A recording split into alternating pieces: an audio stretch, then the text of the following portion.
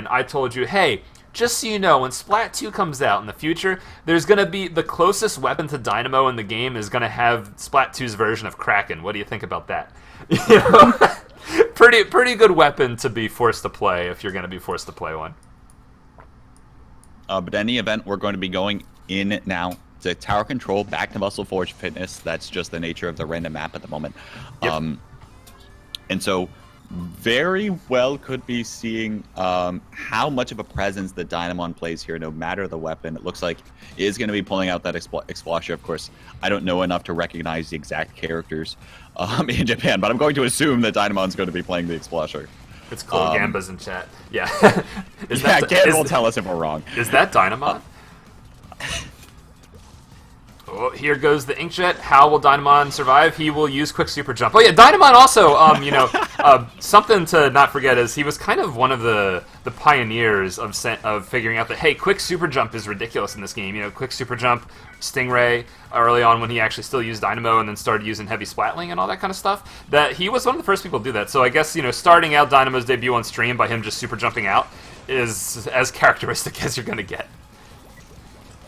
Fair enough here, but it looks like this side of AGONGERS has gone ahead to take a decent control of this middle of the map, and now Q's side going to try to push back forward and try to get a couple picks here coming in. It's a 2-down situation, though, for Q's pickup. This could allow for a little bit of a push coming in going the other way. It is a 3-down, and so finally that tower going to start to be ridden in. Hopefully they're going to be able to get this past this first check.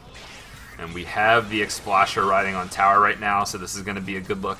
For the way this team comp is, the baller is going to be able to tank the Ray a little bit as well. So they're going to be able to get past that checkpoint, and that's very important. You know, that first checkpoint can be a huge deal. Of course, the second checkpoint is basically the breaking point on this map, right? If you can get past that second checkpoint, your chances of knocking out are super high. And the only real time that you know, any difference is made is if you can't get the knockout and the enemy can do it as well, and then it's just like almost not a coin toss, but like a toss-up of like, hey, you know, which team is able to get closest to a knockout. It really comes down to tiny little micro decisions during those last pushes, but usually, you know, 3 times out of 4, if you get past that second checkpoint, you're just gonna win.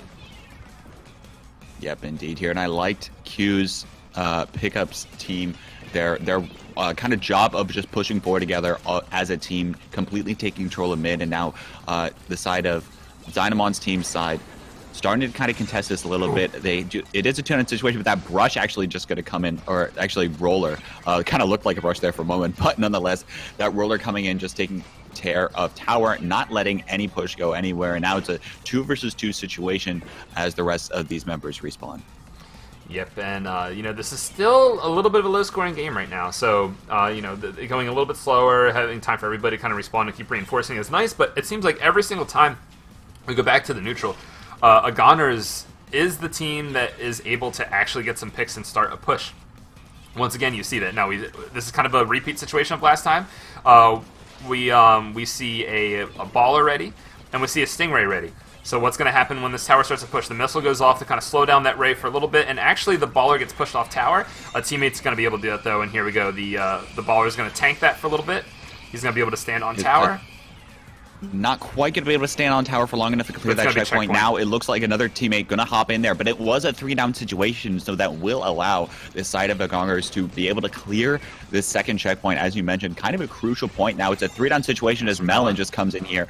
That movement! With this Slosher. Nice movement there, avoiding all of the shots coming out of that Jet Squelcher, trying to push up even more here with this baller. Doesn't give me that. Know where to go with it. But nonetheless here, looks like the rest of the members now of AGONGERS finally got taken out. That's a wipe now, all the way down to the 29-point mark. And so now Q's pickup has their work cut out for them if they want to come back from that one. Yeah, I mean, like we talked about at the beginning here, like this map, you know, once you get past that second checkpoint, you tend to push really far. And the only time that you really don't get a guaranteed win is if you know, something stops you from quite knocking it out. The enemy team has a chance to get past that checkpoint. That's kind of playing out right now. So it's just, is Q's pickup going to be able to basically get a one-push knockout right now? They don't have that much opportunity to do something about it. The one saving grace is the enemy team does not have a Stingray, so they're going to have a little bit of an easier time actually making that push. But if missiles are ready at the right time at a checkpoint, all kinds of other little factors, you know, a tower control push is one of the easiest pushes in Splatoon to break up, and doing it in overtime is just that much harder because one person touches tower on the enemy team once and it's over. 30 seconds left, 3v3 situation, people still kind of responding. Now Q's pickup does have mid-map control, lots of paint control, but you know, with this this crack on roller flanking, with all kinds of things going on right now, I don't really know if this is quite looking like, oh, cute. It looks like the custom Jet Squelcher actually is going to be able to pick out the flank, so this might actually turn out pretty nice for them. The missiles go off a little bit early, and it's not really going to be the overtime ending special that it needed to be. The missiles go off a little early, and correct me if I'm wrong, but we're actually looking at a 3-baller composition coming out from the side of Agongers, and so they might have a little bit more of a difficulty trying to stop this. That roller now actually going to do a good job. Weapon awareness there, just being able to flick down on tower and stop on that.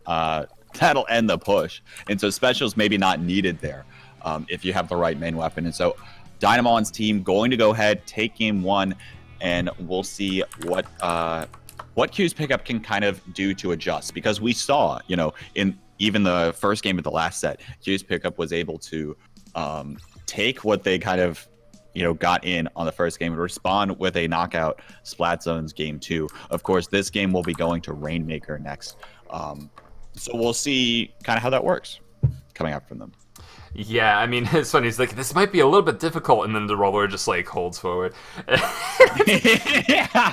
But yeah, and again, that comes kind of down to the nature of tower control. If you are in a situation where you need to get something close to a knockout in overtime, there are so many ways to end that, and it really has nothing to do with the roller or anything like the comps. It just comes down to the fact that, like, you know, a tower control game approached conclusion and you weren't in the lead. Yeah, it's you know, the things that actually caused that game to go the way it did happened kind of much before, you know, the crack on kind of came up and stopped the overtime push. That being said, there is a lot of pressure on Q's pickup to kind of take this. Now, correct me if I'm wrong, but we are in the first to 3 portion of the tournament now, right?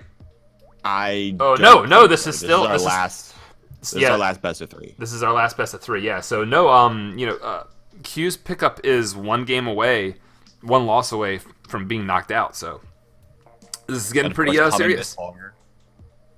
Coming this far, not being able to walk away with anything more than top 8. Not exactly something you want to do. I do want to provide everyone a real quick update. Doggy Dog World did go down 2-0 to Super Oyusumi team, and so they will not be in top 8. And so Team Olive, the only Western representative so far into top 8, but I'm sure we'll be hearing a little bit more from them shortly. In any event, heading back to this match, it's still Dynamon's team versus Q's team, as far as I'm concerned. And apparently the roller has been a roller, like a dedicated roller main since Splat 1. So, and yet we're going to still see another crack-on roller coming out of it anyway. So this is really interesting to see the crack-on roller doing this well. I mean, usually we see the vanilla roller. We see a crack-on every once in a while, but it's kind of cool to see one potentially going to get in the top 8 with a crack-on roller, a Japanese tournament. So I know a lot of crack-on mains out there are going to be you know, thinking hard about how to kind of learn from this. Again, we're going to be posting the names of the players and stuff after the set. But right now, starting out strong for Q's pickup. They get the first pick.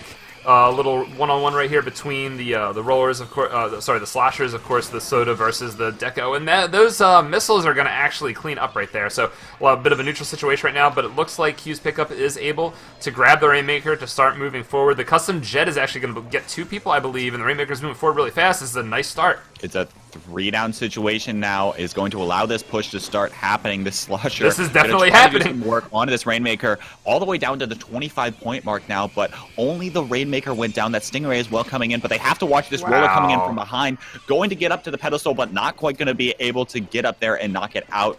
Only a 2-down situation now, though. Soda Slasher going to be forced to back up, but isn't backing up quick enough, and so that will finally be the end of that push. But all the way down to the 5, a near knockout push to start off this game coming out from Q's pickup side. We'll see what the Agongers have to respond.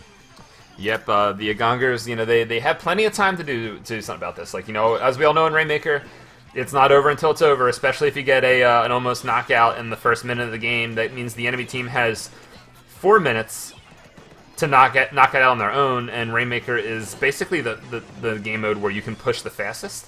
So it's basically, if a team is going to come back, that situation is the highest chance of a comeback that Splatoon can produce. So we'll see what ends up going on. But they're having a little bit of trouble actually getting the Rainmaker to go forward. The Rainmaker could not get up on that fan, and ended up having to wait for his teammates to kind of like manage the fan properly. By the time that was all said and done, people were getting picked. The momentum was kind of over. The Rainmaker gets taken out. So not really the best look for Agongers right now. And you're already watching Q's pickup.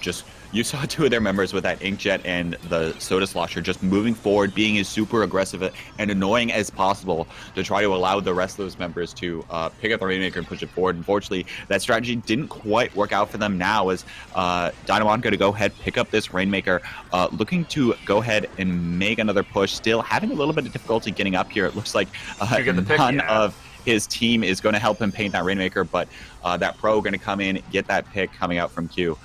Did Q just fire 6 bullets? Like, I'm gonna put 3 into this guy and 3 into that guy, and just like just complete accuracy, like absolute precision, just completely stop that push with basically about 1.5 seconds worth of triggers being pressed. And look at this, the one time that Q's pickup is able to get a push going, they have a better push already than Agongers has been able to output all game. Now, it does get stopped right after I say that, but still, you kind of see the difference in how these teams are performing in this game mode right now. Agongers is having a very large amount of difficulty just even getting a push started in the first place, and every single time that Q's picks up Rainmaker, a good push starts.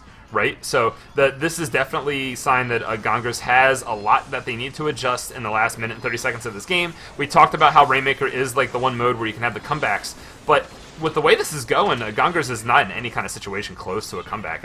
They got to do something really different really fast.